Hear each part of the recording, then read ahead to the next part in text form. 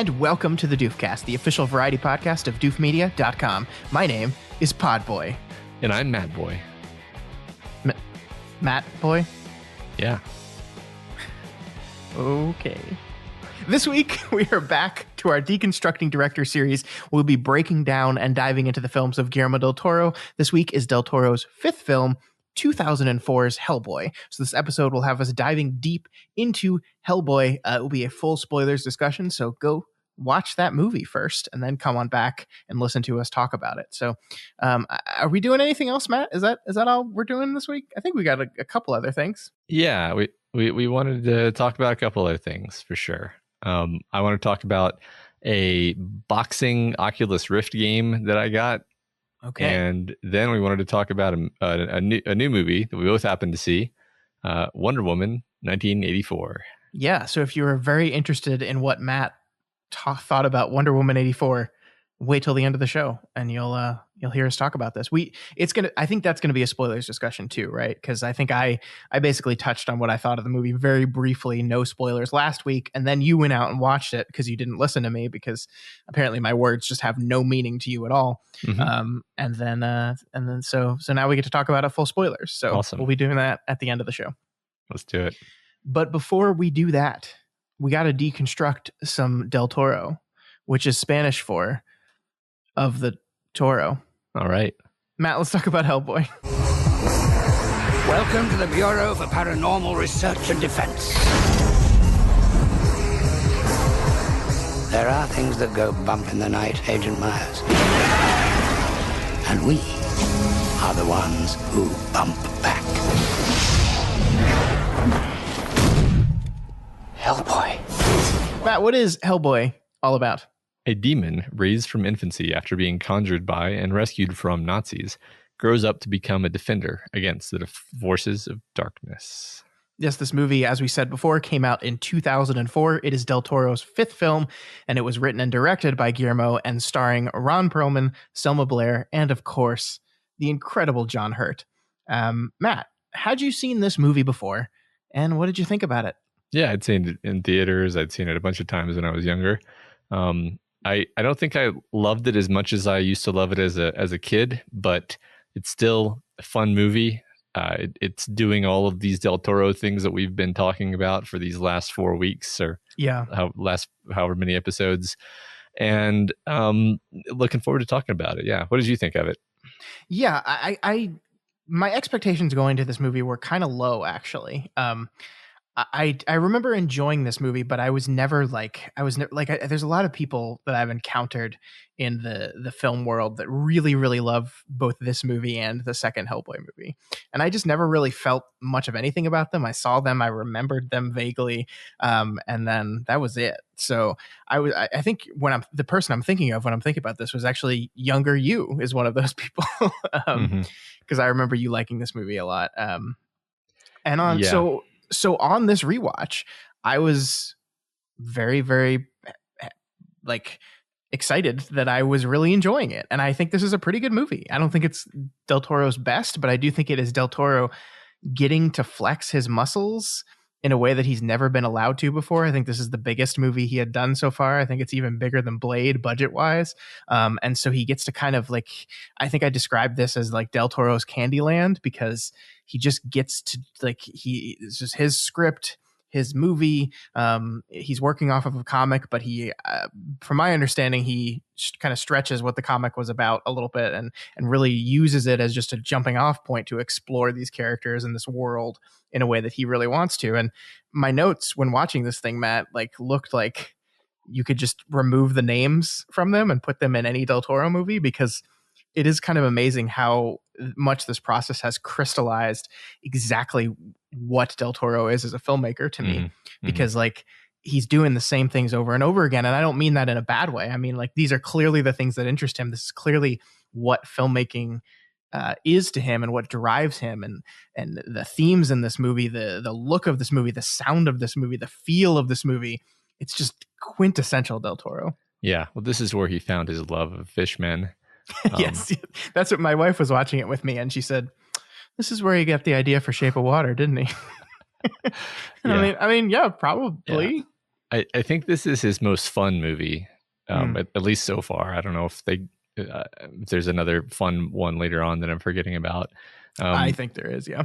But but yeah, I mean, it's the story is extremely fun. The character of Hellboy is extremely fun. The sort of this like creative mishmash of like paranormal Nazis, demons, Fishman, the whole idea of like the secret FBI adjacent paranormal division. Like it's all such a fun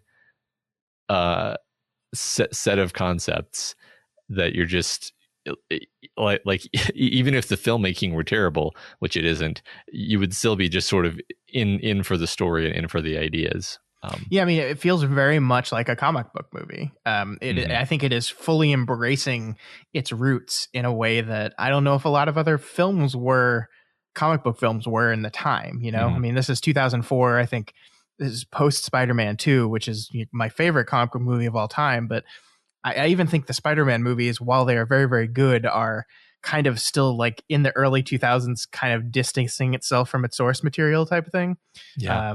Where it doesn't want to fully embrace the weird zaniness of comics. And this is a movie that is the weird zaniness of comics. Right.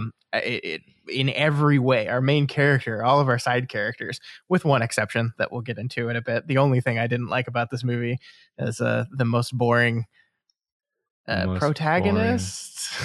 I don't even know if we'd call him a ever. Yeah, our audience surrogate character is the most boring person in the world. But other than that, like everything about this is fully embracing the weird, the wacky, just like the design. I mean, like we're going to talk about Ron Perlman for a long time, but just the Hellboy design, it's like, it's bright, like I can see a version of this movie where they really tried to dial down the brightness of the red in Hellboy, and make him maybe try to blend in a little bit more, look a little less standouty. But no, like Del Toro was all about pumping up the redness, pumping up the weirdness. It's just everywhere, and I really enjoyed it. Yeah, I think just to get the negative out of the way as much as possible, like the thing that I noticed on this viewing that I don't remember ever noticing as a kid, or at least not bothering me when I was a kid, or I guess not even a kid, like a teenager. But anyway, was this like a lot of it just looks really fake and bad. And yeah, like remember how last time we talked about in Blade 2 how it cuts between CGI versions of the people fighting and then their actual bodies fighting, and it's really jarring and you can tell.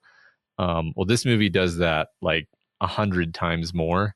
In particular, when he's fighting with the Samael demon, where it switches between this kind of corny, but it's okay, bodysuit, and then like really quite good CGI. But the thing is, the transition between the two is totally jarring, and like you're just like, okay, in that scene, it could like flip all of its joints backwards and flip upside down and extend its limbs out. And this version, it's just obviously a guy slumping around in a rubber suit. So and I mean, I think we are in a really weird transition period right now where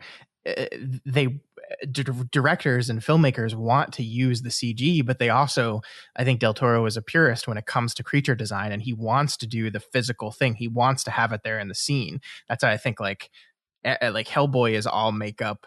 I think Abe is all makeup, and yeah, they did build a dude in a suit for the Samael, but you're right that the transitions are where it's awkward. And I mean, I know you haven't watched Buffy the Vampire Slayer, but there's an episode of that show where they have this snake demon that they're fighting, and the show will cut back and forth from a CG version of the snake demon, which it's not good CG because it was a television show in the early 2000s where like TV shows, a time when TV shows had barely any budget at all, so doing CG was like crazy. But it cuts back between this bad looking CGI to this terrible looking puppet, and it's such a jarring transition, and both look bad, but like there's suspension of disbelief. You're watching a TV show, you understand this is just a person in a costume, and you get over it because like that's just part of it. But it's the show, and that you're right that this movie is like drawing your attention to it. It's pulling your eyes to it the second we cut between those two things, because I mean there are moments where they want to do like the animal throws Hellboy 10 feet back, and they hooked him up to a rig and actually threw him 10 feet back, and it's like the very kind of clunky throw where they're obviously being pulled by something, they're obviously standing up, but that's a thing that we're used to seeing in movies, that kind of realistic physical throw move. But then like 5 seconds later he's thrown CGI, and it's just this like it's just like it's not the same. Yeah, that's a good way of putting it, because it's not even just like, oh, the creature doesn't look right. In fact, the creature looks great in CGI. It's just everything about like the movements and sort of the cuts between shots didn't connect up for me. So like I don't know, I don't have a good example off the top of my head. I think there's one where like the thing swings down from the ceiling to attack him, and then it cuts as it's about to hit him, and then the cut is to him grappling with the guy in the suit, and it's supposed to be like a continuous action, but you're just like, oh no, I can totally see that was not a continuous action. There's a shot that really stuck out to me when he's fighting the one in the subway and he breaks its arm. He breaks the thing's arm, and then the thing does this move where it like uses its broken arm to trip him, but it's the dude in the suit version, and so it's just kind of like this almost too slow like swipe of this dangly arm, and it's just like it doesn't look good. It doesn't look good. So, and I think it is that juxtaposition that messes everything up. Yeah, there's that, and then the one other thing about the visuals is like not all the time, but like especially toward the end of the movie, there's this issue where I felt like the lighting was just all over the place, and I'm not like, I don't really know anything about film lighting. I don't really understand it, but like I was like, wait a minute, they're supposed to be like underground. So where is this incredibly bright overhead light source coming from? And then it's like, okay, now they're in this large open vaulted chamber.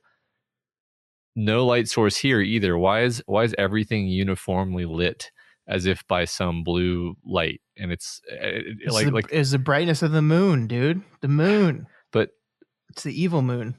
But it was way too bright. Like that's the thing, is like it's noticeably like glare off. I mean, what I'm saying is you can tell that there's like a stage light directly over his head. Like that's sure. And so there's stuff like that where I noticed a lot more like seams in the filmmaking, which I think maybe when this movie came out, it was just like, hey, this is great because we're used to absolute garbage anyway. So whatever. But I know, and that's why I'm trying to get it out of the way now, to just so we don't have to talk about it anymore, because honestly, that's just what happened back in those days. That's what they were doing. He was being ambitious, stretching what the tools could do at the time, and there were some misfires, but I think the story and the performances and the themes are what we want to focus on.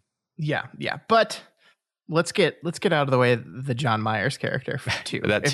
If we're loading up on this movie early, I need to get at. So this is our character played by Rupert Evans. He's supposed to be our audience surrogate, right? He's the new FBI transfer to the paranormal division of the FBI, and we're supposed to be introduced to this world through this character.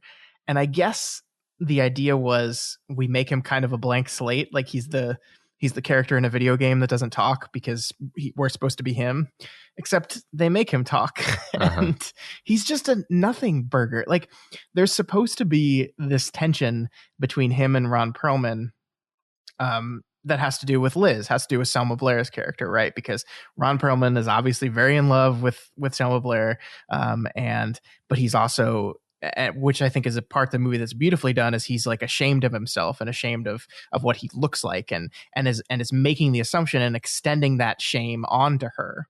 And so he sees this human looking dude come in. She immediately likes him. So there's supposed to be this tension there. And I'm sorry, Rupert Evans, no offense to you, or maybe offense to you. This is a bad performance and it's a bad, bland character. I just don't care. I cared more about the hair plug guy that we only met like for 2 scenes that died. I cared more about him than I ever did about John Myers, ever. I feel like we lost a scene where we were supposed to care about him. Like Maybe, yeah. Or I don't. I agree completely. It's like I don't even know whether to blame him though. Is kind of my point in saying that, because I feel like the script just didn't give us anything. In fact, the script kind of just makes us dislike him because we like Hellboy. Hellboy is great. Mhm. He is Hellboy's romantic rival, and he's just kind of like a moderately attractive, boring man, and you're just like, oh, this guy. I don't like this kid. I mean, here's what I'll say. I was more emotionally invested in Jeffrey Tambor's character, who is literally set up as like the government antagonist of Hellboy, right? The guy who treats him like an animal, who locks him up. And then there's that beautiful scene at the end of the movie where he like teaches him how to correctly light a cigar. Yeah. And it's like, oh, yeah, like that affected me more emotionally than anything to do with John Myers, the character. And which is a shame, because he's like the one that pushes Hellboy in the very end, that serves as the reminder of who he is and the choices he has. But fortunately, that's not like all he has to do is throw the cross. Like he doesn't have to actually carry the emotional weight of that scene. Ron Perlman gets to, and that's why it works. And it's not like there's anything set up between them where "remember who you are" would be the line that should come out of that guy's mouth. Mm-hmm. Like, so you're just like, okay, why is this guy even here? He's literally just meant to be a character that can stand in a scene to explain why someone is explaining how this place works.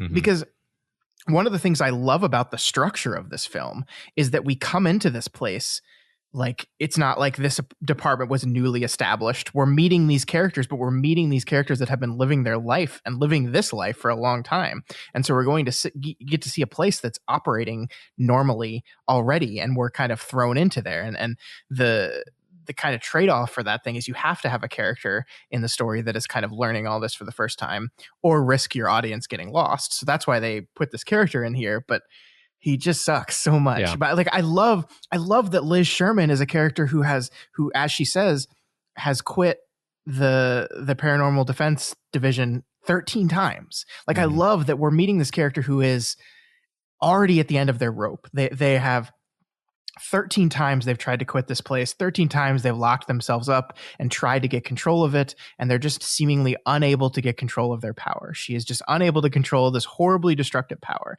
And I love that we meet her then at that moment. It's so much more interesting than meeting her at the beginning of this whole thing. Yeah. Right. I mean, I think I can see kind of the writing decisions that led to this, because they're like, all right, well, we have to introduce the viewer to this crazy ass world. Mm-hmm. So, usually the way you want to do a thing like this would be you have the neophyte come in and you show them the ropes, and then you kind of learn the ropes with them. But you have to give that character something. They have to be a character, like, aside from just being a blank slate. And the thing is, I kind of wonder if there wasn't like a tension in the screenplay where it was like, well, Hellboy's actually the main character, so we can't make our blank slate character be too much of a character, because they'll take away from the spotlight of Hellboy. And and I'm just like, yeah, but you could have done something like it was, B plot or whatever. Actually, our insert character, it was all a ruse. He wasn't brought in because he got high marks on the FBI SAT test. He was brought in because they detected that he had some latent magical power, but which he's not aware of. And then in the background, he's learning this about himself and realizing that he has something in common with the monsters. And then by the end, there's the reversal where he realizes he's one of them. Okay, I just gave him an arc. He didn't have an arc in this movie at all. Nothing happens with him in this movie. Yeah. And that wouldn't have really taken that like more than a couple of extra small scenes or small like cuts within scenes. Yeah, and no offense to you, I don't even like that arc. I think it would be better, but I don't think it would be like great. And I don't know, like, I think we should say that I don't think either of us have ever read a page of this comic book. So I don't know if this is a character from the comic or not. I would doubt it, because he's just nothing. And maybe it is, maybe in the comic he gets powers later, or we do something like that later. What I would have liked to see, I want, like, so you have this John Hurt's character of Broom, Hellboy's father, is like the emotional and thematic core of this movie, right? This is the Guillermo del Toro kind of going back to the parent-child relationship theme that he has used again and again and again throughout his stories. And so that is really the core of the movie is the importance of being raised. Like this is a person who was born to bring about the end of the world, but through being raised by a character as kind and benevolent and wonderful as Broom was to Hellboy, he's taught him that he has a choice and can make a choice and can choose something different. And so, I mean, you can kind of see where we meet Broom as a character who is just realizing he's dying, who knows that he's not going to be around very long, and he's frustrated with Hellboy's failure to launch or his arrested development, right? He's in this like constant child stage where he's not growing up, he's not maturing, he's kind of making the same mistakes, he's doing the same things. Like he acts like, it's so funny to see Ron Perlman play like a 20-year-old because he's acting like this 20-year-old who is rash and quick to anger and immature in every single way. So I think what the movie's trying to do is Broom has brought in this kid specifically because he knows he's not going to be around, and he wants someone he knows will do a very good job at taking care of Hellboy and maybe helping him reach that stage of development, reach that adulthood. But there's nothing in the character that indicates that. There's nothing in the character. Like he's just he's good at reading files and determining how to interact with people, but that has nothing to do with any kind of sibling or parental or mentor-ish kind of relationship. And so I would have liked to see them put something in that, something that we could see in that character that made you understand why Broom was like, yeah, this is the guy we need. This is the guy that's going to help my son when I'm gone. And I just didn't see it. Maybe I missed it, but I just didn't see it. No, I don't think. I think the movie was trying to do too many things. Like it either needed to cut some things out or it needed to make some things connect better. But yeah, I don't know. I agree. There are some stretches of the movie that just end up being kind of like boring, basically, because you're just like, okay, I don't care about what's happening. I don't understand what's happening. I think the second half things get moving pretty quickly, and you understand what's going on there. Did you watch the director's cut of this movie out of curiosity? Because I have a disc version, and all I had was the director's cut, so that's what I had to watch. I just watched whatever was on Amazon, so I don't. I can check, but I don't remember off the top of my head. This is a long movie. This movie, the director's cut was 2 hours and 12 minutes. I think it looks like the theatrical cut was 2 hours and 2 minutes. And if I had one like overarching Del Toro complaint, I think sometimes, and I love him as a director, so please, I'm prefacing this as much as I can because I love him. I've enjoyed most of his movies, but sometimes like the overarching structure of his films feel kind of thin to me. That like he's very good at moment to moment. He's very good at emotional set pieces, at action set pieces. He's very good at design and just like the individual, how to set up a scene, the decisions to cut, the angles to cut it from. But from an overall storytelling perspective, I feel like that is one thing that if I can look at these 5 movies we've talked about so far, I always feel like the overall arcing story doesn't work as well as it should, doesn't come together as neatly as it should. I don't know if that's something you agree with or not. And I'm trying to think of like I'm trying to think of specific examples that I can pull out to really cement this opinion I have. It's just something that popped into my head as I was watching this, that like, I love moments in this film. I really do. And I love some of the interconnecting moments in this film, but I just feel like sometimes like we take a long time to get a certain way and then a very quick amount of time to get the rest of the way. And it like this movie, the structure of this movie, the overall story of this movie is kind of weird's the wrong word because I like weird, but it's just kind of it kind of meanders a little bit. No, I agree with you. I mean, I think that's one of the good things that pops out doing these Deconstructing series is we watch so many of them in a row that you really get a sense for sort of the rhythm of the way the filmmaker likes to tell stories. And I do think that there's just something kind of shaggy and meandering and undisciplined about the way that he goes about the plotting of the stories. And it's something where honestly, like here we are on number 5, and I'm just kind of like getting on my nerves a little bit, maybe. like maybe that's why I'm noticing it so much more in Hellboy than I did when I was younger, because like I've sort of seen this tendency in him in 5 movies in a row where I'm just like every writing instinct in me is screaming like, come on, tighten this up. This doesn't need to be here. This character is not important. These 2 characters should be one character. Like, okay, I see you're trying to do something here. If you're going to do this, put more effort into it. But then, you're like, you can't, he throws so many things in there, and a lot of it just comes off like a distraction. Whereas if he focused on it and spent more time on it, it would be great.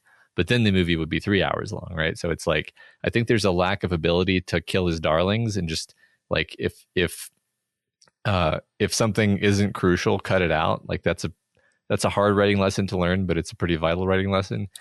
Yeah, I mean, I think a good example, I was just kind of trying to remember this, the layout of this movie, and I think a good example of this is this movie has, like, in Blade, there was basically an opening action sequence, right? That kind of defines who Blade is in this movie, shows what he's capable of. In this movie, that sequence is Hellboy versus Samael in the museum, which leads to the fight outside, that whole thing. Mm-hmm. That is over 45 minutes into the movie. Mm-hmm. That's like the opening establishing action sequence for who Hellboy the adult is 45 minutes into this movie. That's pretty far into the movie. That's yes. And again, I watched the director's cut, so I don't know if like in the theatrical version it was 30 minutes. I don't know.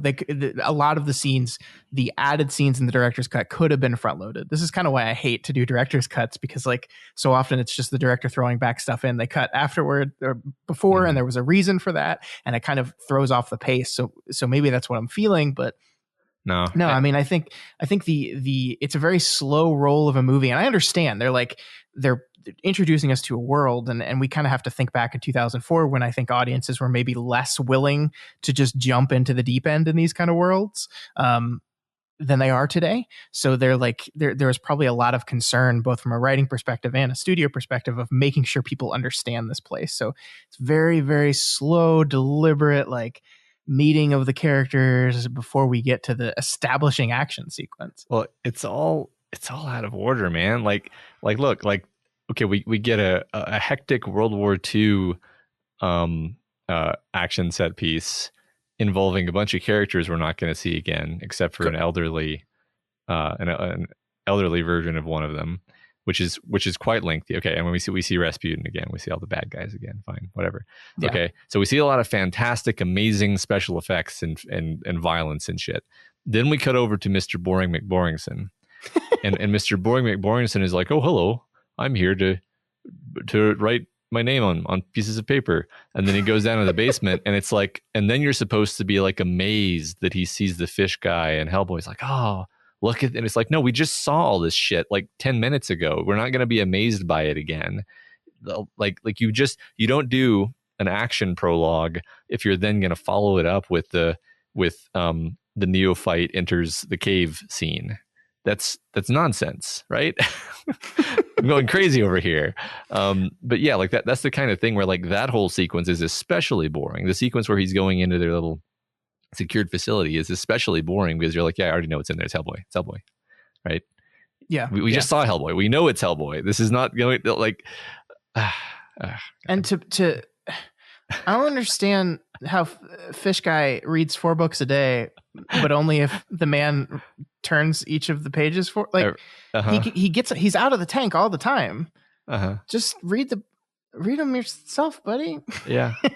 I don't know. That's stupid. That's a stupid complaint. But well, it's the kind of complaint that crops up when you're like, I feel like this is like a second draft, like is this did he write a draft where the guy never got out of the tank and then he realized he had to have him get out of the tank, but he forgot to take out the scene where it implied that he couldn't get out of the tank?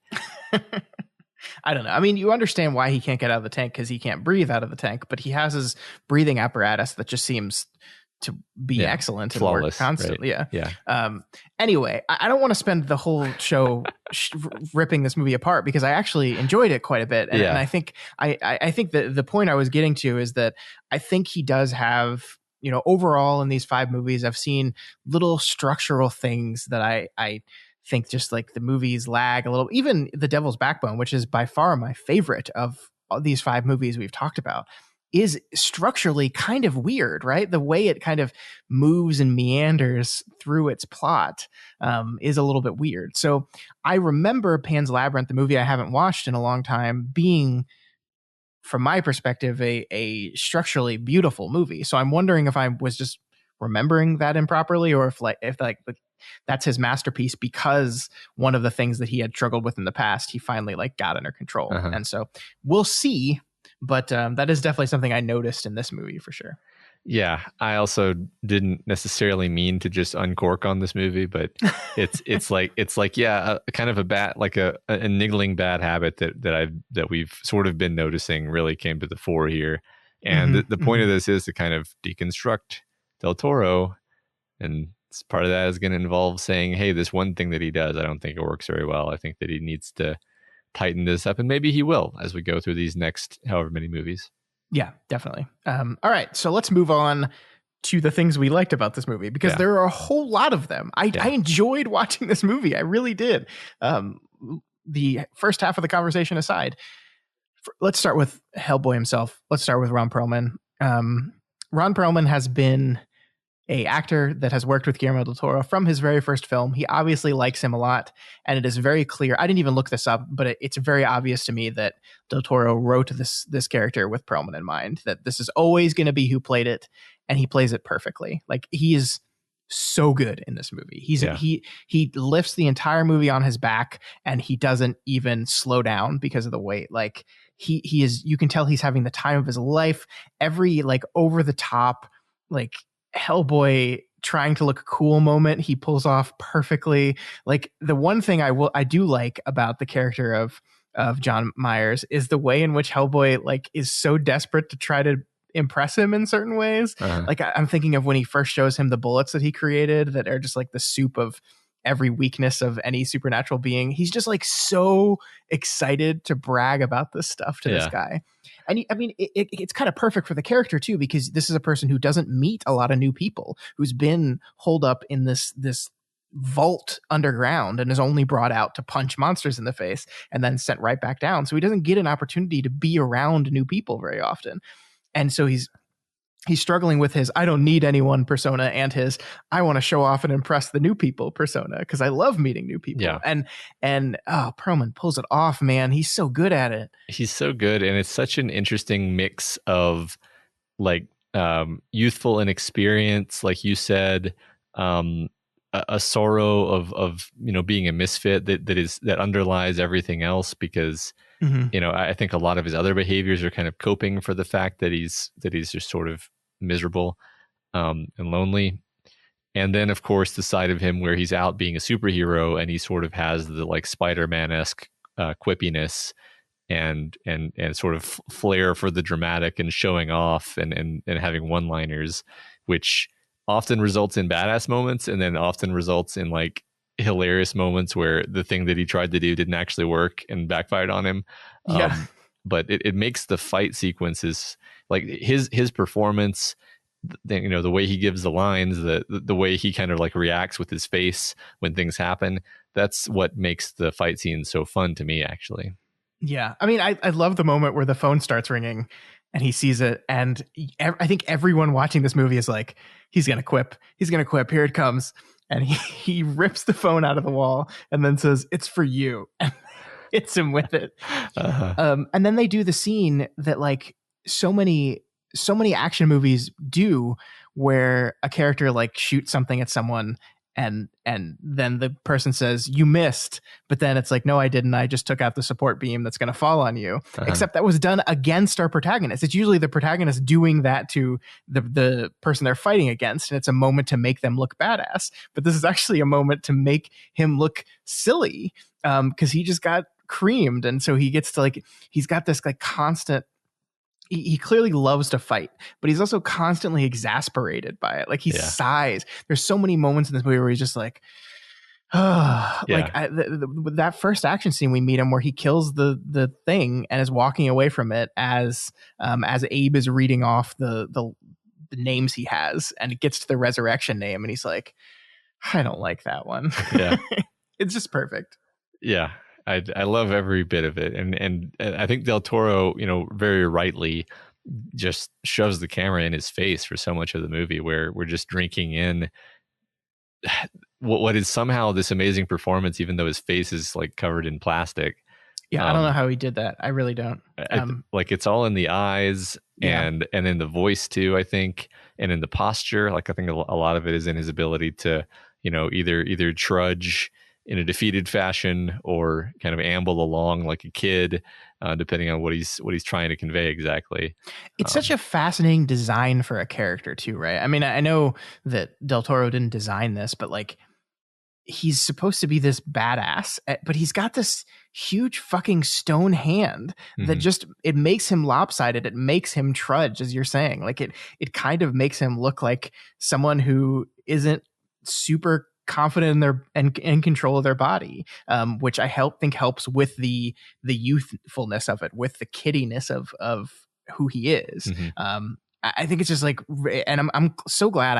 I wonder if there was a real temptation to shrink the size of this goofy stone hand down for the movie. Like you just can imagine Suit sitting there being like, no, he doesn't look cool enough. He has to look super cool. He's got to look sleek. And they're just like, no, he's Hellboy. No. He has a big fucking stone hand. And he has these ridiculous shaved horns on his head. Yeah. I think the goofiness and sort of like uncoordinated brawler aspect of the way he fights is really important, actually, because like he's not some kind of ninja. Like he's always making mistakes. Like he does do clever things, but half the time the clever things don't work, and all of that is really vital to giving you this feeling of like the back and forth and the ebb and flow of the fight and making it exciting. I mean, even when he wins, he doesn't really win because the Samael creature gets away. Like I think that's one of the most effective kind of dramatic beats of the movie is when, basically we've set him up as being, a badass. He beats the thing, but then we know that it's not actually dead. And then he kind of approaches the next situation with kind of his normal devil may care attitude. And it results in, his friend being basically a couple of people dying and a couple of people being injured badly. And, the character who we, at that point, we don't like makes it clear, like, hey, this is your fault, Hellboy, because you just jump into these situations without thinking things through. And, and like, you really feel for him in that moment because you're like, well, yeah, I mean, he feels really horrible about that, but that is kind of the way he approaches things. Yeah, I mean, he has this like, I love the moment at the beginning where our new character like jumps in and shoots at the monster to help him, and his first reaction to that is, "What are you doing?" And he's like, "I'm helping. I don't need help." Like it's such an immature.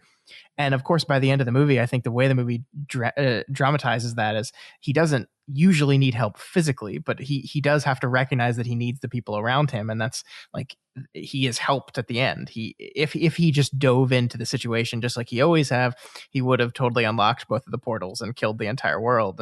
But no, he thinks and he listens to the people around him.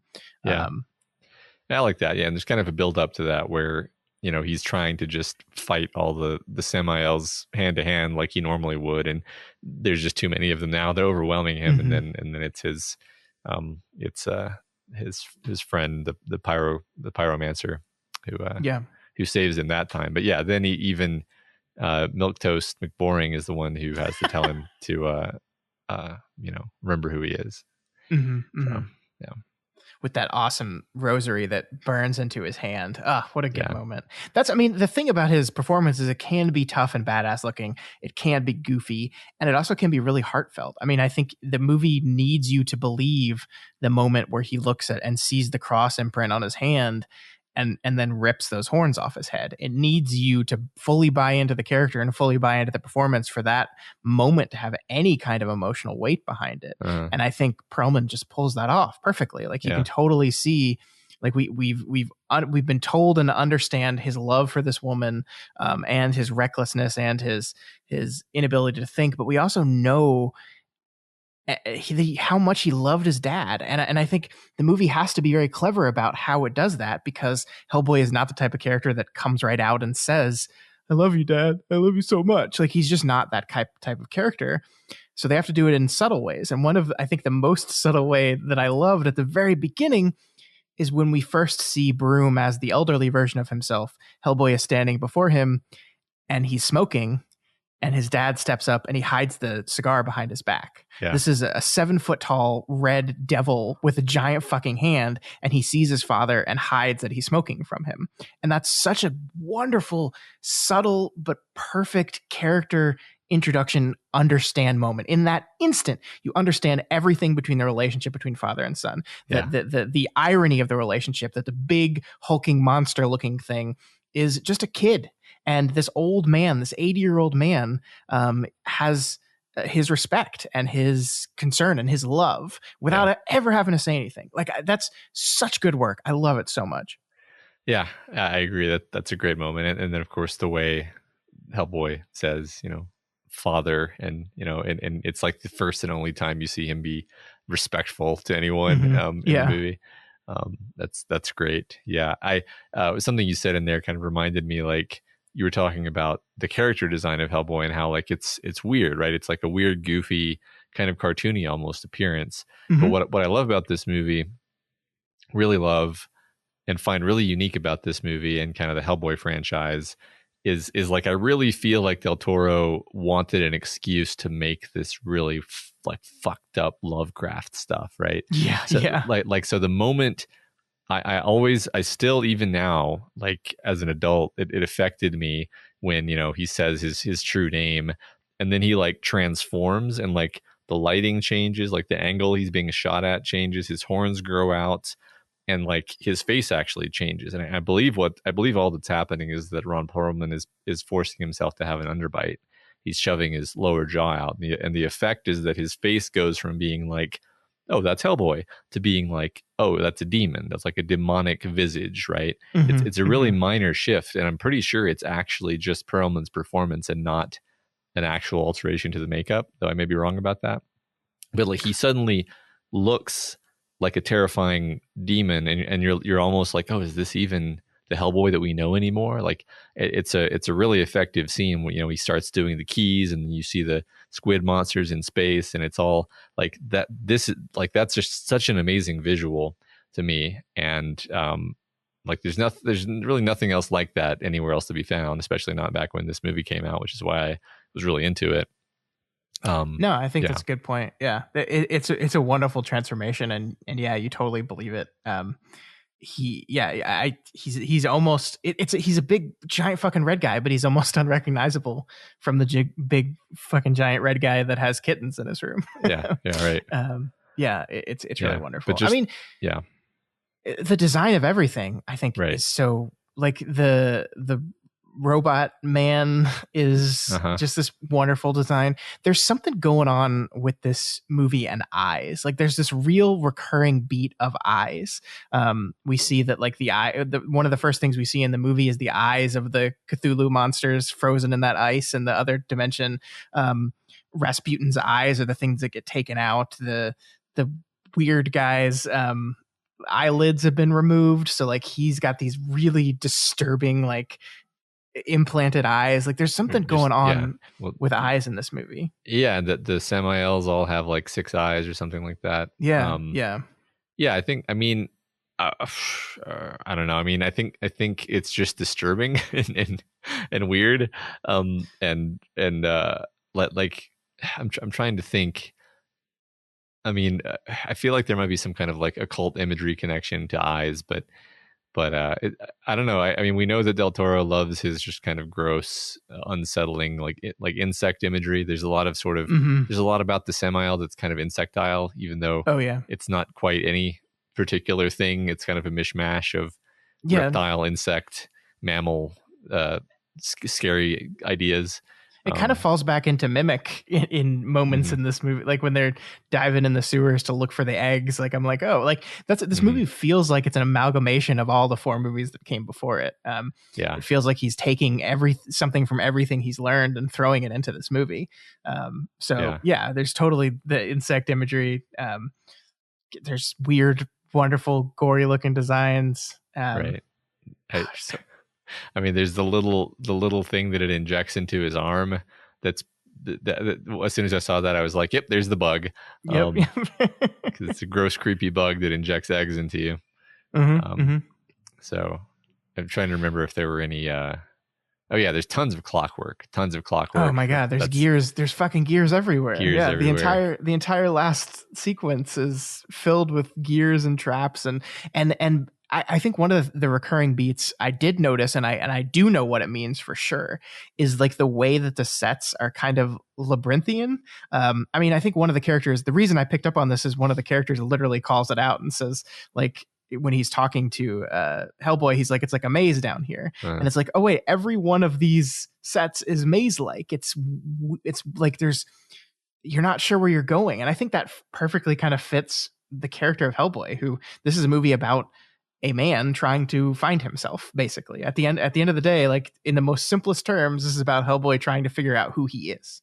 And it's like you're lost in a maze trying to find your way out, right? You're trying to find yourself. And so like a lot of the set design perfectly mirrors that. The sewers are very maze-like. This final set piece is like basically designed to be a giant maze.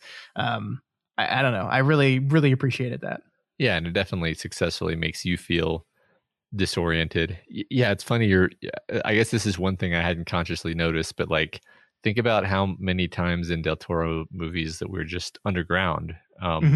So in Kronos, we're not necessarily underground much, but there's that warehouse setting that's kind of like there's pipes and girders up overhead. It feels underground. It's not necessarily though. Mimic, we're underground for like half the movie, and in sewers and tunnels and subways, literal subway, which happens again in this movie. Devil's Backbone, there's the basement area with the cistern or the pit as they call it. Couldn't never figure out what that was exactly, but they're underground there. Blade 2, they spend a big chunk of the movie underground in tunnels and sewers fighting the Reavers, and then in this movie they're like underground for half the movie. He just loves being underground. And it's interesting because like underground, typically is like where you bury something, where you hide something. It's easier to hide there. It's easier to you're in the darkness and out of the light. But the way Del Toro uses underground is it's always a revealing place. It's where you find yourself. Like in Devil's Backbone, it was in this underground place where the truth about what happened was uncovered. It's in this underground place in Hellboy where who he is discovered, and who Selma Blair is as a character, right? Because she is going through an arc as well. She is a character that is wrestling with who she is and what she is and trying to control it, and is kind of waffling back and forth between, I want to be a human. I don't want to be a paranormal person. I don't want to be like these other people, but I kind of am. And so it's underground that she discovers herself. I think Blade is a movie. Blade 2 is a movie. I don't know if there's as much about it, but I do think like all these characters, the vampire, the uber vamp, whatever it was called in that, like, is also trying to figure out who he is and like understand his relationship with his father. So like underground in these movies is a place of discovery, a place of revealing, a place of truth. Yeah. I think that's a sort of Campbellian concept that he seems to return to a lot. I agree with you there. Yeah, because he uses it, I think, in a kind of moment to moment tone setting fashion. It makes you feel disoriented, and a bit claustrophobic. And he uses it to great effect for horror in Mimic mostly, but and I guess in Blade 2 to a degree also. But yeah, there's always kind of that part toward the end where some truth is revealed, right? I feel like, I mean, Blade is a movie where by definition almost all the action occurs in the dark. Yeah. But yeah, like there's always some moment of revelation, often accompanying literal light coming from the sky through a hole in the ceiling. That is true. That is true. Happens So multiple times. yeah. I mean, and I think that really fits into this concept of monsters, right? Like this is every single one of these movies has a monster in it. And like we've said before, every single one of these movies has a monster in it that is a misunderstood monster. The bad people are almost never the monsters. I mean, there are these Cthulhu monster beings, but Rasputin himself is just a man that's kind of sold his soul. I think the other, I don't know what the name of the character, I think Cronin is the name of the Clockwork Man, sounds right. who was just a normal human being that just basically like became obsessed with altering himself. So yeah, I mean, that's actually interesting. Now that I'm thinking about it, the protagonists are people that are monsters that are embarrassed by their monstrosity and trying to escape from their monstrosity. Selma Blair doesn't want to be a paranormal person. Hellboy is embarrassed by his redness, is embarrassed by the way he looks, wants to change it, wants to be able to go outside. And all of our antagonists, Rasputin is a person who is bringing a god inside of himself. Cronin is a character who has altered his body to make him look like a monster, who has created a monster, who, like, by the removal of the eyelids, you can almost say is trying to look more Cthulhu-ish. Yeah. So I think that's a really nice motif that I'm just kind of picking up on as we talk. Yeah, I think you're exactly right. I mean, in fact, you know, the Nazi and Rasputin, like they're basically beautiful people who have chosen to make themselves monstrous. Mm-hmm. Yeah, that's really interesting. Yeah. So it's and it's basically, I mean, sort of a you know, beauty is on the inside type message, more or less, where, you know, these people are deeply flawed. Yeah, and the idea that like monster as a term is not like Hellboy is a quote unquote monster. Liz is a quote unquote monster, but that doesn't make them monstrous, right? Like I think the opening line is what makes a man, right? Like how do you define what a man is? Is it what they're born as, or is it the choices they make? And the conclusion of the movie is it's the latter. And so we have these two characters who look like monsters. One, this red monster looking devil, the other this blue fire woman, and they are fully embracing each other as they are embracing their true selves, and they mesh perfectly because he's fireproof and she's fire lady. Yeah, which is great. Mm-hmm. It's great. It's I mean, I think that the movie did a good job just on the basic storytelling level, setting up that moment, because he uses the fireproofness to fight them the first time. So that's the setup. And then the payoff is, she can kill anything with fire except him. So. Yep. And as is fitting of his character in that moment, John Myers is just awkwardly standing next to them with nothing to do. Uh-huh. Yeah, hiding behind a rock and then being passed out and then just standing there watching them make out. Yeah. And I have no purpose in this movie. Just kind of standing awkwardly looking to the side because he's been rejected. He was clearly into her. And now this is happening. Yeah, I did like it when he got hit in the head with a mallet, though. That was good. It was funny. It was very funny. I don't know why they kept him alive, though. I don't know, just kill that guy. Yeah, seriously, they just kill everybody else. Like, I mean, you're right. Like he could slip his handcuffs and throw a rosary. Yeah. That's the thing, is the movie successfully, I guess you don't read the SCP stuff, but like I kept thinking of all of the people who he was with as D-class personnel, because that's the thing in the SCP stories, is like you basically just use the D-class personnel to explore like you know, labyrinths, or to experiment with dangerous artifacts, and of course they're all like either dead or, you know, driven insane by the end of the story. And I was just like, okay, these guys are all the D-class personnel, but for some reason this guy gets to survive. Yeah, and because he didn't get hair plugs. Hair plugs equal death in this movie. Yep. I actually was really upset about that guy's death. I think that the movie did a very good job of setting up that guy as like Hellboy's oldest friend. Mm-hmm. And the way he dies is just like sad, and you understand why Hellboy feels responsible for that a little bit. Yeah, absolutely. I liked him immediately. That's a good performance, right? Like from the moment you see him, he's saying almost nothing, but just in the slightest way that he's inflecting words, you're understanding like his whole attitude about all of this, and just reams of backstory are being conveyed by the slightest choice. Yeah, I mean, there's something to the idea that he's been doing this so long that all this crazy shit that we're seeing just is just another day for him, and he's having fun with it. Like, I think when he tells the kid that Hellboy's eating the kittens, it's pretty wonderful. Can't get enough of him. Just can't. Yeah. He's just fucking with people. Yeah. Like, he's a good character. Yeah, I don't know why they couldn't just use him as the guy. I mean, I know why, but yeah, we've already talked about that. Yeah, and I mean, I know why they had to kill him too, because Hellboy has to lose his support system at that point in the movie, and feel maximally alone so that he can come back from that. But yeah, I mean, the movie has to do kind of two things at once, and I think this is where it does succeed. Is it has to make you understand why Hellboy would choose to end the world. While also making you understand why he would, at the last minute, choose to go back on that choice. And I think everything the movie is doing gets you to understand both of those choices. So in that, it succeeds very well. Yeah, I agree. We have to talk about how Cronin, the metal Clockwork Man, is basically, it is like almost the exact same outfit from the Blade 2 ninja vampires.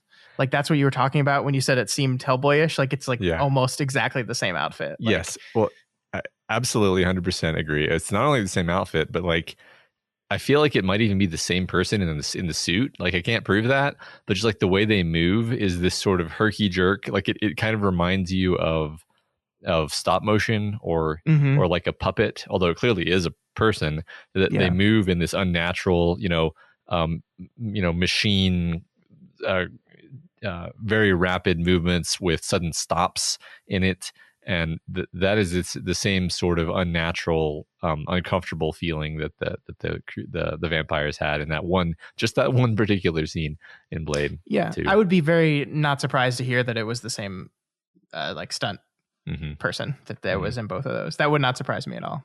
Yeah. I as you were talking, and I don't even know where in my brain, but I want to talk about this because I think this is another. We were talking about how all the villains are wanting to make themselves monstrous, and all the protagonists are monsters already. One other through line in this movie is all the bad guys don't age, right? We have Rasputin, who still looks the same. We have Ilsa, who almost inexplicably just doesn't age. Like, we get one throwaway line at the beginning where he's just like, "And you will never age." It was like, oh, you just do that? Cool. And then we have Cronin, who has kind of morphed his body to the point where he doesn't ever age either. And I think that is a really great idea as well, because this is a movie about Hellboy learning to be a Hellman, and having all the antagonists, all the people standing in his way of this growth and maturity, being people who have specifically chosen to just halt all kind of aging and all kind of development. They are the same people they were 60 years ago. They are not growing up, or they're not aging. They're not changing. They're just stuck on the same thing that they were doing back then. That's a really good choice. I actually really like that. And I just kind of clued in on that right now. That is fascinating. They're totally stagnant. Like you said, they're literally still trying to accomplish the same thing they were trying to accomplish in the 1940s. Zero growth or anything. Just total stagnation. Yeah. So apparently the actor who played Cronin was in Blade 2, but he was just some drug dealer. He wasn't one of the vampires. So, okay. So there you go. Well, there we go. That doesn't. Whatever. We haven't talked about Abe Sapien very much. Abe Sapien's a great addition. Yeah, he's wonderful, and I actually think the weakest part about the third act is that it just pulls him out of it. He's just not in it. And I kind of get the desire to focus the movie down to Liz and Hellboy, but I really just wish Abe was there too. Yeah, I agree. I mean, and I agree with you on both counts that it would he would feel like a bit of a third wheel in that situation where it's like, okay, we're we're trying to simplify things at this point. Mm-hmm. But he's such he brings so much liveliness to the scenes and the interactions. I think maybe one of the problems there is that I don't think they sold me on Hellboy's like relationship with Liz in the first place, or like they just don't have a lot of back and forth to them, I guess maybe is a better way of saying it. Whereas, you know, Hellboy is always kind of quipping back and forth with characters for most of the movie. And then once they go down into the, you know, the catacombs or whatever it is, that kind of peters out because all the people who he would normally bounce off of are not in the movie anymore. Yeah, I don't know. That's a winding tangent to basically just say, yes, that's a fun character. It seems like when he leaves the movie, you're like, oh no, but come back. Yeah, come back. Aren't we going to see him again? No. Oh, okay. Oh. Yeah, I mean, David Hyde Pierce also is just like the perfect person to voice him. It's just perfect. Mm-hmm. Like it's just like he's Niles Crane but a fish. Like that's just who he is, and it just works very well. And it's a good character to add to a story in which people so often are hiding the way they truly feel, because you have this empath kind of person who can just touch someone and be like, "Oh, I know what you're feeling," and now I can say that out loud, and so you don't have to. It's like a functionally good role as well. Yeah. Well, I think that so a lot of the movie is basically like they're a family. They've got their father. They're sort of like siblings. I mean, I think that's a thread the movie I feel like is playing with, but never quite commits to, is this idea that Liz and Hellboy are almost more like siblings than they are romantic interest, because they've lived together for so long. And she says at one point, like, I grew up with him, and she says, like, I'm just so confused. And I'm like, are you confused because you're not sure if you see him as a brother or as someone that you're romantically interested in? Because he's definitely romantically interested in you. But then the movie just, there's too much shit going on to focus on that. I mean, my read on her character, and I agree that the movie maybe could have done a better job of this, is that her difficulty is that she hates herself, and so being with him would admit to herself that she's a monster too. Mm-hmm. And so it's not until she like embraces who she is that she can be with him. Yeah, sure. So I agree with you. Like, I don't know. I think it's hard to generate chemistry when you're in a giant fucking red suit. But I agree that there's not, like, I honestly didn't remember that they were a romantic thing when I was watching the movie, and I just kind of assumed that John and Liz were going to get together, and Hellboy was going to like learn that she's not that into him. And so like I was a little surprised when the movie went a different direction with it. So she took his picture. Yeah. She took his picture. Oh my God. It's so good. I love him with that little kid. That's such a good scene where he gets to play off the little kid and he's eating the cookies. And I don't know if you noticed this, but there's 2 cookies on that plate. One's really small and one's fucking huge. And he eats the small cookie first, which makes you think that the big cookie was meant for the little kid. But I like to think that his mom said, like, he's going to have both cookies and you need one that fits in each hand. So make one little tiny normal cookie and one little big stone hand cookie. Well, that's adorable. It's so good. It's so good. Yeah. Did you want to talk about Catholicism at all with this movie? Because I think this is a big, and once again, a lot of Catholic imagery all over this thing. Yeah, I mean, I think in this movie, I mean, it's very prominent. He's sort of using it as a stand-in, and he references it, textually in the movie, where the Rasputin is like, my gods are active in your world and trying to wreck everything. Your God is silent. Mm-hmm. And which is really, like a kind of a serious idea that you can imagine Del Toro kind of struggling with, is like how, evil is evident in the world, whereas God and all of this. And I think, I think literally what the movie does is God appears in the form of character whose name I literally can't remember because he's so boring, throwing the cross to Hellboy, and it's not the magic power of the cross that saves him. The cross is just a reminder of goodness, and that's enough, right? It's just the power of goodness in the world is kind of wrapped up in this symbol of the cross in Christianity and Catholicism specifically. I mean, the movie literally says that his father is a Catholic and he has a rosary that he keeps with him all the time.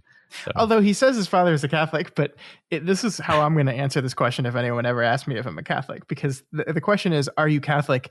And he says, yes, among other things. That's so good. That's such a perfect answer to that question. Yeah.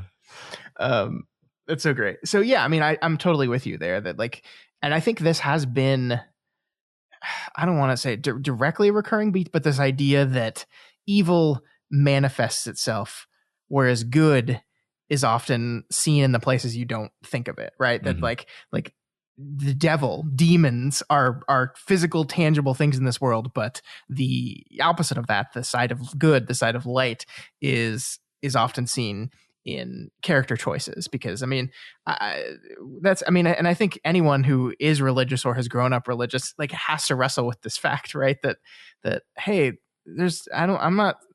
God doesn't talk to me.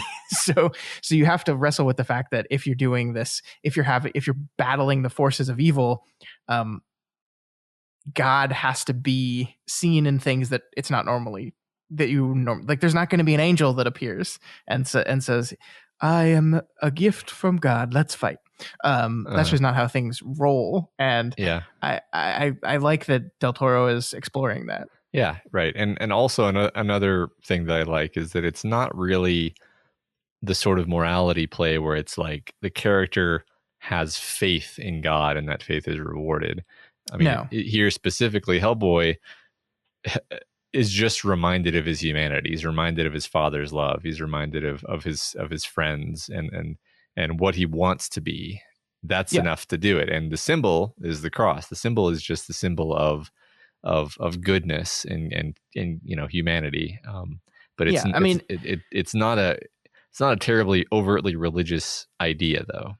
No, I mean, the only reason the cross has any kind of significance to him is because it was his father's, not because it is representative of God or Jesus or anything. But right. I think it is really interesting the ways in which the movie is using this iconography. I mean, Hellboy, first of all, his name is Hellboy. Second of all, the moment when he catches the rosary, he literally has giant Satan horns and a fire crown above his head, right? Like it is using the imagery of Catholicism, the mythology of Catholicism, to actually just put emotion and images to what is a father-son struggle and a struggle to identify yourself. Are you an angel or are you a demon? Yeah. Well, you look like a demon, but you get to choose. Yeah, exactly. Yeah.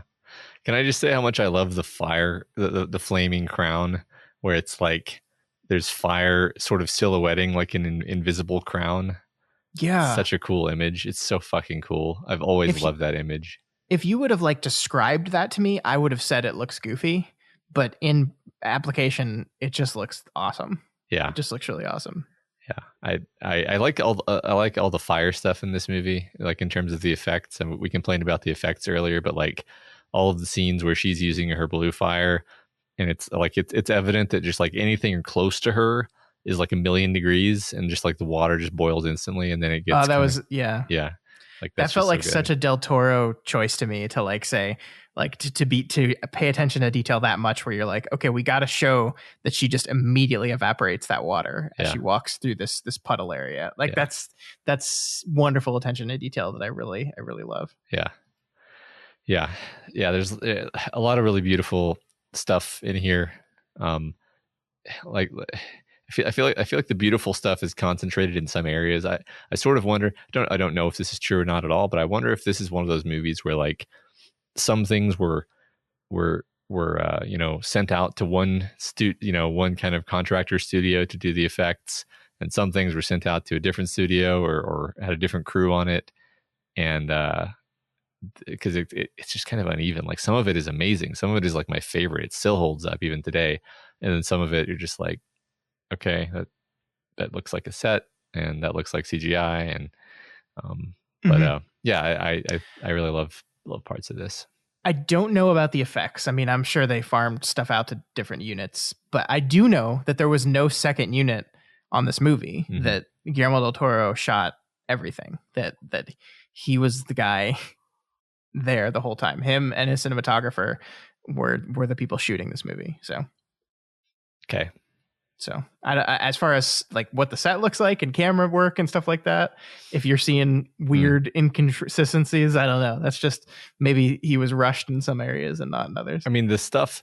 So like the thing that I keep thinking about, like it just looks so bad to me when they're on that bridge, with the pendulums that swing down, and I was like, well, this is some weird mix of CGI and practical. Like clearly, parts of this scene are actually here because they're standing on something.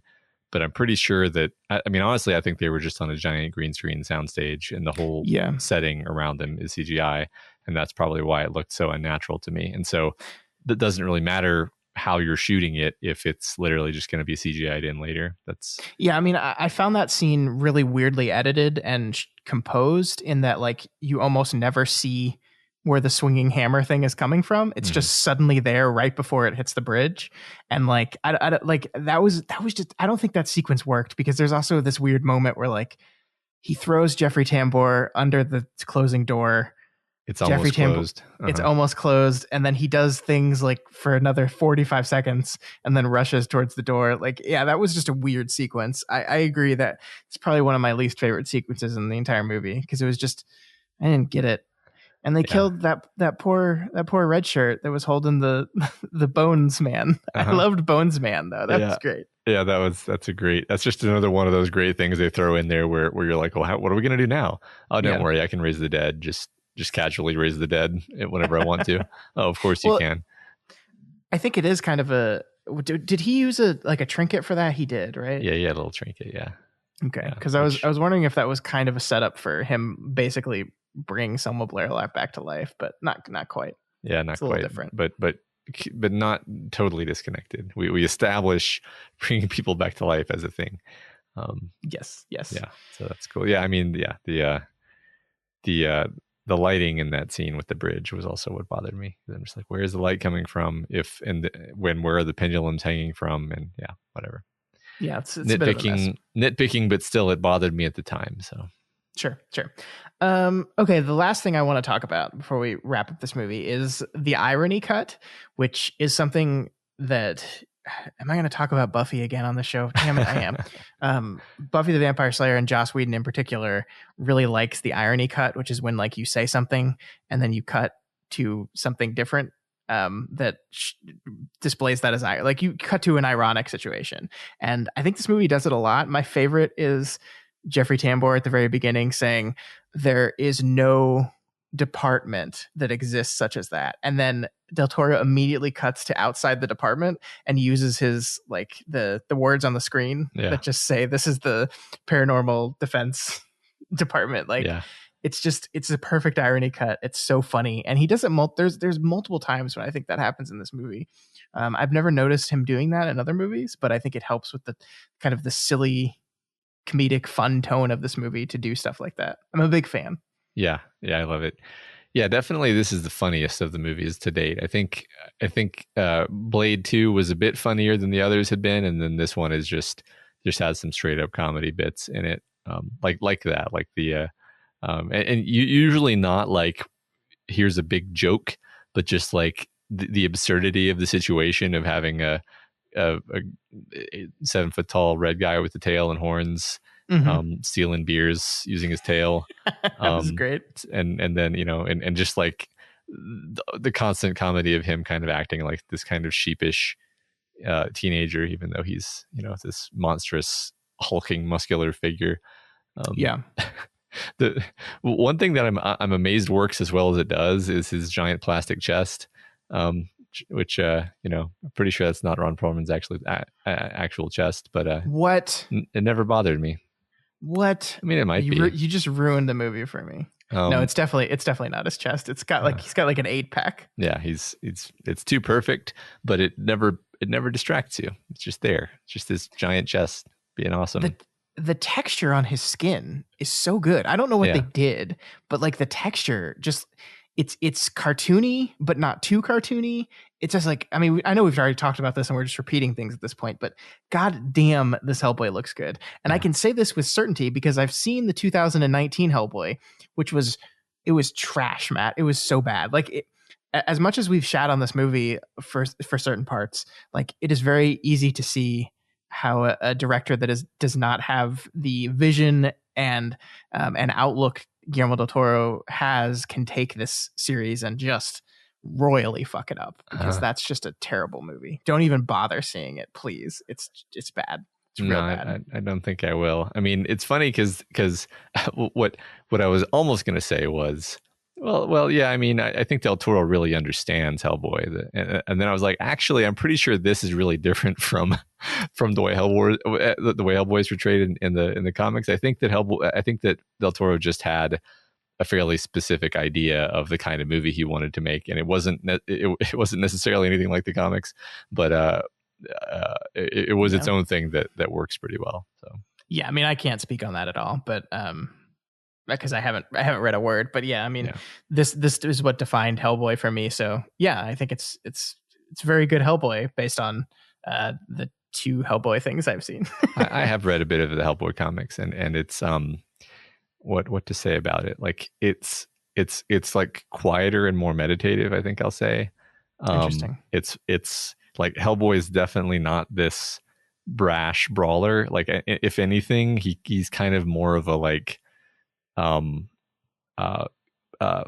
careful and meticulous, and like he has this like endless bag of tricks of like magical solutions to problems that he comes across. I think in one of the comics I read, he did do the thing where he basically just brings a corpse back to life just because he wants to know, like, okay, what happened here exactly. And so he's more of a detective, actually. He's more of a detective and less of a superhero. Does he still have the big fucking stone hand? He looks the same. He looks the same, except in sort of a stylized and stripped down fashion. But if anything, the hand is like way bigger because he's a drawing. And so it doesn't scream detective when I see a big fucking stone hand, but yeah. Sure. Well, that's kind of the fun irony of that character, is that he's like this intellectual, even though he looks like a ridiculous monster, right? And this is a different kind of irony of like, well, he's a teenager who looks like a ridiculous monster. So it's all good though. I do like the comics, and I like this too in different ways. Yeah, definitely. All right. So we will move from Del Toro's funniest movie to his full-on comedy called Pan's Labyrinth. Oh dear God. That's going to be fun though. I'm very much looking forward to revisiting what I've called in the past Del Toro's masterpiece. So looking forward to that conversation a lot. Me too. All right, Matt, we've got a couple conversations we have to have before we wrap up the show for the week. You wanted to talk to me about some sort of VR boxing game. Are you a boxer now? Yeah, I'm a boxer now. After I've played this game for about 3 or 4 days, and I'm ready to enter into. I think I'm going to fight Mayweather, because apparently everybody's fighting Mayweather right now. But no. So I'm not going to talk about this too long. But like, it's always interesting to me when I discover something new and kind of imagination provoking on the Oculus. And basically, I mean, this is a very simple game actually. Like, there's no story. It's just like you fight different boxers, and they're different levels of difficulty. And like they kind of boil it down to sort of a basic set of moves and blocks that you can do. But it's this incredibly demanding workout, because like, I don't know if you've ever tried to shadow box before, but like shadow boxing, I have. It's surprisingly demanding. It's the most exhausting thing you can do ever. It is, and this takes that idea and it cranks it up, because you can't even like when you're shadow boxing for an exercise, the tendency is to start to just slow down and be like, okay, it's hard, I'm slowing down. Mm-hmm. No, your opponent is going to punch you if you're not blocking, and you have to still be quick and be punching hard, or it won't register the punches. Like, I think that's like the killer, the thing about it that works so well is like, if you start relaxing and punching more slowly or more, basically just like with less aggression, then it's just like, yeah, that hit didn't count. and you're just like, oh shit, okay. And then you're like, all right, well, I'm gonna back up for a second. I'm gonna defend. I'm gonna catch my wind for like 5 seconds, and then I'm gonna attack again. And then like you start like conserving your energy and like really basically thinking about it the way you would think about a boxing match. You're not actually being hit in the head, which is nice, but I've done a bit of sparring, like real martial arts sparring in my life, and that's always like the most demanding workout in my life, because you're terrified of being knocked out or something, and so you're pushing yourself really hard. This is actually a lot like that, even though you're just fighting to avoid losing points. But anyway, it was like a really fun, really good workout. And like I've been sore all week because I've been doing it like every day, which is really unusual. Normally I'm like, okay, I'm bored of this now, and if it makes me sore, I don't like it. But no, I've been keeping up with this, and so I recommend it. It's very simple, and it's one of those things that just makes you think about like, oh, this VR tech, there's actually something to it. Like sometimes it's easy to poo-poo VR tech, but then you see a new kind of application, and you're like, oh, okay, this is new. I didn't think of this. So. Yeah, that's really cool. I mean, I for a while there, I like really was into doing boxing training because like I have no desire to punch people in the face. But like training for boxing is like one of the best things you can do because it's just so good for every part of your body. Right. Because it's just so intense. But I just got bored with it. It's just kind of boring. So gamifying it seems like it would be right up my alley. Yeah, and really like you can. Maybe I'm just in horrible shape, but I can get exhausted in less than 10 minutes. So maybe more like 6 minutes if we're being honest, of like intense shadow boxing with the game. So yeah, I mean, I think people that have never done it before look at like boxing matches and see like after their 3-minute round, why are they so exhausted? And it's because you don't understand. It's like it's full anaerobic going as hard as you can for 3 minutes, and then you do that for like 15 rounds. Yeah, it's fucking exhausting. Yeah, if you've never experienced like sparring, like your whole body is shaking after a couple of minutes of that that level of like physical demand. So yeah, absolutely. All right, that is Thrill of the Fight. When I get a VR set one day, I will definitely try that out. Great. Doof. All right, let's talk about Wonder Woman 84, Matt. We should preface this with saying full spoilers. We're going to completely spoil this movie, so if you haven't seen it yet, but you want to, maybe don't listen to this part. But Matt, tell me what you thought. I think last week, just to recap, I did not think this was a good movie. And I want you to tell me what you thought of WW84. I don't remember what your exact words were, but I think you might have said that it was a mess. And yes. Those would be my words as well. It was a confusing jumble of ideas with no clear narrative through line. I was watching the movie and trying to pay attention, and I still was confused about what was happening in like critical plot ways. So like, for example, it wasn't until like toward the end of the movie that I really understood what the wish power was supposed to be or do. The movie doesn't ever really explain it. It's just sort of like, or maybe it does, but that's the thing. I feel like I'm giving it too much credit when I say like maybe I wasn't paying attention, because like no, I was paying attention to the fucking movie.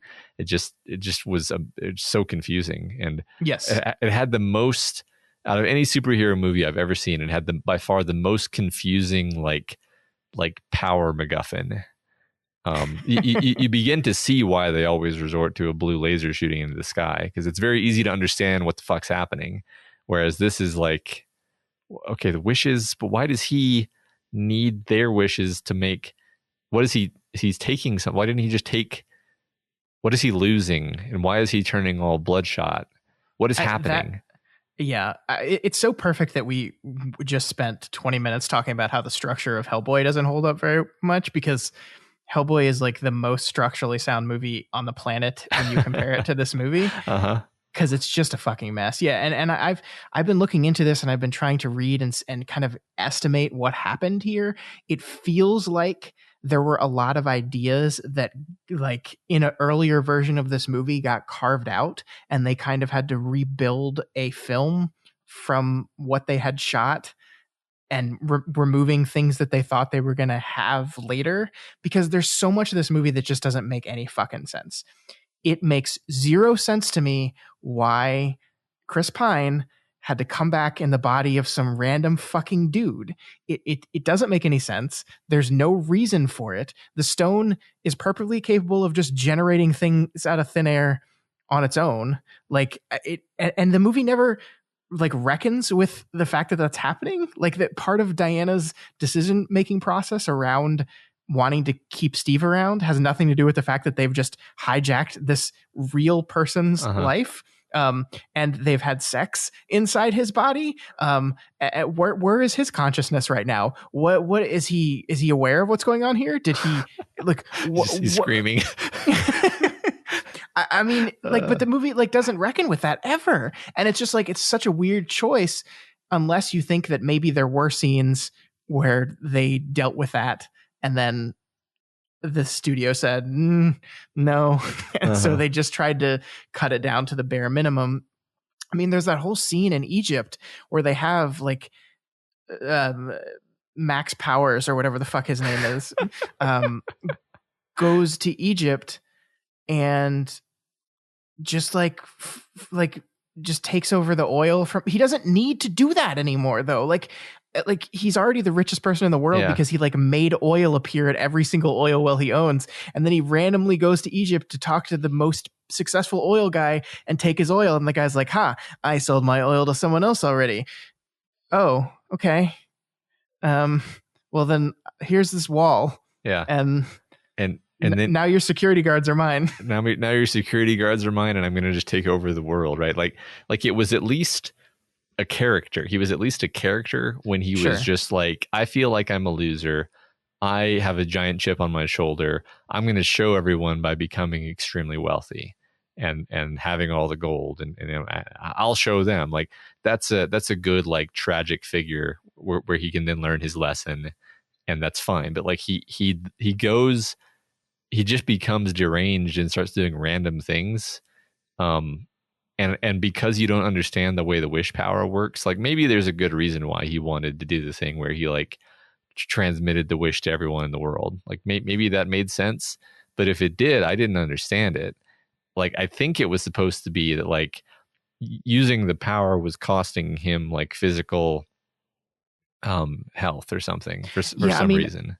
My theory was that his monkey's paw to his wish, which is to get to be the wishing rock, was that every wish was killing him. But I don't understand how he healed. So he just continuously took people's health as they were granting wishes to keep himself perpetually fine. I don't get any of it. It's like he was. It's like at the end he was draining the health of everyone in the world or something like that. But like which is sort of fine. Like that. Okay, fine. Like if that's what the story. But the story didn't explain that, so you have no idea why he's doing anything. And no. And then but it needs the emotional like climax of the movie is him realizing his son is in danger and like rushing and undoing his wish to save his son, right? Yeah. And I'm just like, I don't buy this. Like the movie tried really hard to set up his relationship with this son, but there was so confused and muddled that the emotional moment didn't really work on me. Mm-hmm. Do you understand what I said last week about how this is one of the most cynical movies in the world? Because it portrays humanity in a terrible light. Yeah. Because like I mean. Diana's speech, like I actually really like Diana's speech. Like is like we as people are constantly wanting more. We always think we need more. We have to be okay understanding that like what we have is enough. But like I bet there's a bunch of people that like wished I don't want cancer anymore. Right. I would like my child to stop dying. And then for Wonder Woman to appear on TV and be like, no, that's wrong. No, the only wishes anyone made in the whole world were selfish or violent wishes. Yep. And because that's how humans are, because this is a cynical movie. Also, I love the Red Letter Media thing where they just splice together her whole speech with no cuts. and it's just it's like 3 times longer than it needs to be. She just kind of like repeats herself. Like, oh god. Yeah, and speaking of too long introductions, the entire opening sequence on Themyscira, I think is the name of the island, is pointless. Like, I really like it is very structurally not unusual to start a movie with a flashback that establishes the theme, right? Like, this is the lesson Diana failed to learn when she was a child, and then so the end of the movie will show her properly learning this lesson and embracing the person she is. But the lesson is like, don't cheat at races. And so I guess if you blink, you could be like, her refusing to get over Steve is cheating, and like getting him back via a wish is cheating, I guess. It's cheating. Having things that you want is cheating, Scott. Yes. No, yes. it's just incoherent. And if it were less crucial to the movie working, then maybe you could just be like, whatever. But it's like the whole moral crux of the movie. It's like, it's supposed to be the moral lesson of the movie, and you're like, okay, but what is the moral lesson? I get that cheating is wrong, but you've introduced this huge swath of human behaviors and desires that are not cheating, actually. They're just wanting things. Is wanting things wrong? I'm so confused. Yes, you aren't allowed to want anything. Hey, remember the part in the movie where they knew that they had failed to create any sort of feeling of drama or sadness, and so they just played Adagio in D minor by John Murphy over the scene to trick you into thinking that they had made you feel emotions. And you know what? It kind of worked a little bit. Yeah. Because music is cheating. Yes. They didn't learn their own fucking lesson. They cheated. Exactly. They were like, we fucked this up royally. And then somebody was like, you know what we can do is we can just use Adagio in D minor. And then someone was like, people will recognize that song. That's a and then they were like, no, it doesn't matter because we're all going to distance ourselves from this project after it's done. We just need something. We should just go watch Sunshine again, and then we'll feel good. Well, we'll feel emotions that fit the movie. Yeah. Oh my gosh. I was looking, like, the whole Egypt scene. I really think they were trying to set up, like, I think Black Adam is a character that traditionally comes from Egypt, and we know they're making a Black Adam movie with The Rock as the main character. So, like, I think I was reading some rumors that, like, maybe that was supposed to originally, like, tie into that somehow, and then they kind of scrapped the idea of doing it that way. So they had all this stuff shot. Like, this movie, I don't know if you knew, this movie was shot in 2018, supposed to come out in 2019, was delayed until 2020, and then 2020 happened, and so it pushed it back. So very troubled production in this one. So I think it does feel like a movie that it was just, they had to, like, create something from a lot of footage they had that was supposed to be for other things, and so they had to, like, cut and chop around things. It's a movie where sometimes you can kind of tell that, I think, lines of dialogue are ADR'd. There's things that just randomly appear there, like her whole armor that they made such a big deal of in the trailer was her wearing this golden armor. Is just like, oh, I found it, and now I'm gonna use it. That should be, in the class for how not to do a setup and payoff. You do the scene where you show her being like, yes, I found the armor. It's right there. It's in the corner of my fucking office. And then, I guess I'll use the armor that I have. Yeah. Oh my gosh. And I understand why they wanted to bring back Steve Trevor, I think his name is, because Chris Pine's excellent, and their chemistry in the first movie was so good. And I think one thing we've learned, I love Gal Gadot. I think she's very, very talented, but she can't hold a movie herself. I don't think she has the kind of charisma needed to carry a movie by herself. So they needed someone for her to bounce off of. They're just like, well, why don't we just bring back the guy? But having her hung up on the same person so many years later, and it also, because this movie takes place in the past, it damages the shit that they've done in the future. It doesn't make any sense. It doesn't make any sense. No, it doesn't. It doesn't make any sense. And why? Let me ask you a question. Why was this movie set in the 80s? Why? Um, One reason. why? I don't. I'm asking. Nostalgia. Give me one reason. I mean, there's no reason. Like they had to pick a time, and they were like, when can we put this? And then they were like, well, okay, well, not the 70s, because nobody's alive who was alive in the 70s anymore. And then they were like, but 80s nostalgia is always, you can always bring that to the bank. And the 90s actually had no distinct culture. So you have to go with the 80s, basically. Yeah, but it didn't even milk the nostalgia as much as I thought it would. Like when I first saw the trailers and heard about this movie, you have the Max Lord character basically being the 80s businessman, right? Like the stereotypical bad 80s businessman, the Trumpian 80s businessman. You have this Cold War between the US and Russia that you can kind of milk. And the movie kind of tries to do that, but it does it in a very half-assed way. It's just like, it didn't need to be set in this decade. And I think that's part of its problem. I really wanted to like this movie, Matt, and I didn't. Just didn't. Yeah, I mean, I had extremely low expectations. I think I famously did not like the first movie, even though even Michael liked the first movie. Yeah, you were. The thing I remember about our conversation about the first movie is you were really annoying me because you're like talking about the physics of Diana jumping off of like wood, and I'm just like, that was bullshit. Stop it. Yeah, well, that was a classic example of like, I'm not invested in the scene, and so I'm noticing how stupid this looks. But yeah, no, I mean, I didn't like the first one, but I was like, well, this will probably just be at the very least, they're going to try to make this one more fun, was what I had heard.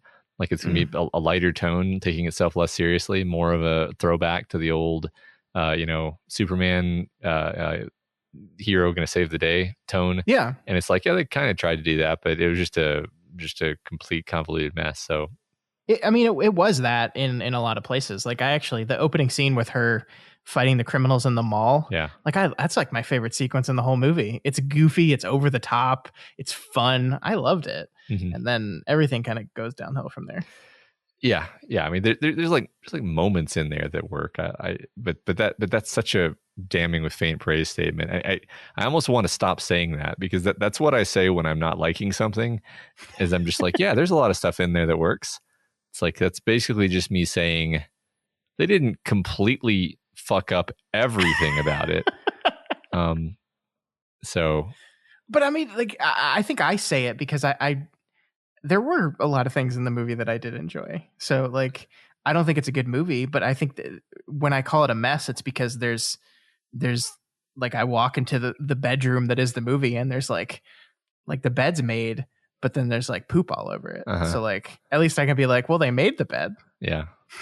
Yeah, that's fair. Yeah, is that all we wanted to say about Wonder Woman 84? Yeah, that's all I can coherently say about it. I think they need to hire like a Kevin Feige equivalent to oversee the DCU or whatever they're calling it. Because, yeah, I think the problem is they just keep changing their mind about what they want it to be. Well, that's what I mean. Is if there's no coherent vision and nobody who's like in charge, then it's just a mess. Yeah. So. Oh well, maybe in the next one. Yep. Which, because they're making the third one. Yep. This isn't the complete failure of this one's not going to stop them. Nope. All right, that is all we had for you guys this week. If you have any opinions on Hellboy, on Wonder Woman, or if you played that boxing game, we want to hear from you. You can reach out to us via email at doofmedia@gmail.com or over on our Twitter account @doofmedia. Yeah, if you're not already subscribed to the Doofcast, we encourage you to do so and ensure you never miss an episode. You can find us on iTunes, Stitcher, YouTube, Google Play, and pretty much anywhere else you can find podcasts. And you can find this and all of our shows over at our website, doofmedia.com. That's where you can find Do the Right Thing, which is our weekly writing prompt podcast in which Alexandra and Jarvis pick 3 words, and write for 30 minutes, and you can too. So head on over to doofmedia.com, look for Do the Right Thing, and it'll teach you all about that, and you can participate. There's actually a contest. Well, the voting for the contest is going on right now, where every quarter people submit their edited stories from that, and we let our patrons vote on those, and they pick a winner to win real prizes. So if you're a patron and you're listening to this and you haven't voted in the quarterly contest, what are you doing? Go. Yeah, I mean, I love that thing. I love that as a part of our community. I'm always happy that we're able to support that. Yeah, it's so fun. I mean, it's fun to just go to the subreddit, the Do the Right Thing subreddit, and see every week there's people writing stories and talking to each other about their stories. It's a really fun idea. Alexandra and Jarvis do a very, very good job maintaining that community, and it's really cool. So yeah, support them. You can support them by becoming a patron of Doof Media. You can head on over to patreon.com/doofmedia and pledge at any level, and you are supporting this show, you are supporting their show, you're supporting all the shows on our network, and making sure that we keep getting to do this, because we like doing this. We like it a lot. Also, please consider rating and reviewing us on Apple Podcasts, because every review helps us get more exposure and introduces new people to the content that we make here. That is absolutely correct. I love those reviews. Please send them in. But that's it. That's it for us this week, Matt. We're gonna come back next week. We're taking a quick break from Del Toro to do another one of our Council of Doof episodes. Our council this month has nominated the Christopher Nolan film The Prestige for us to talk about and try to decide whether this film is worthy of entering into the Doof canon of greatest films of all time. So go out, watch The Prestige, and then be ready to listen to us talk about it next week, and then be ready to vote on whether you think it's worthy.